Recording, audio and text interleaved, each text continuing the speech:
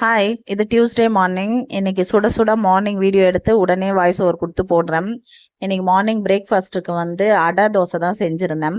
நான் நேத்திக்கு நைட்டே கருப்பு காராமணி, அப்புறம் பச்சை பயிறு, சிகப்பரிசி இந்த மூணும் நைட்டே ஊற வச்சுருந்தேன். நம்ம வேணா மூக்கல்ல சேர்த்துக்கலாம், வெள்ளை காராமணி, கருப்பு உளுந்து, இந்த மாதிரி சிறுதானியங்களில் எதுனாலும் சேர்த்துக்கலாம். நான் இந்த மூணும் சேர்த்து நைட்டே ஊற வச்சிட்டேன்.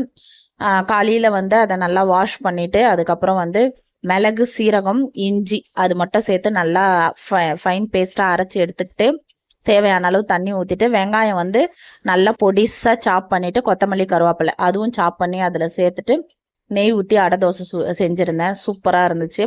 இதுக்கு சைட் டிஷ்க்கு நம்ம உடச்சக்கடலை சட்னி, கார சட்னி வச்சா நல்லாயிருக்கும் காம்பினேஷன். நான் இன்னைக்கு மிளகாய் கிள்ளி சாம்பார் தான் மதியம் லஞ்சுக்கு செஞ்சுருந்தேன். அதையே தொட்டுக்க கொடுத்துட்டேன். நேற்றுக்கு உருண்டை குழம்பு செஞ்சுருந்தேன். அந்த மாவு கொஞ்சம் எடுத்து வச்சுருந்தேன். அதையே இன்னைக்கு குட்டி குட்டி போண்டா மாதிரி சுட்டு அதுதான் சைட் டிஷ்ஷுக்கு. பசங்களுக்கு பாயில் பண்ண எக்கு, மாம்பழம் வாங்கிட்டு வந்திருந்தாங்க. அதுவும் கொஞ்சம் கட் பண்ணி வச்சுருந்தேன். இன்றைக்கி நம்ம வீட்டு லஞ்ச் மெனு இது தான். மாவு அடை மாவு கொஞ்சம் மிச்சம் இருந்தது. அதை எடுத்து வச்சு ஃப்ரிட்ஜில் வச்சுட்டேன் நாளைக்கு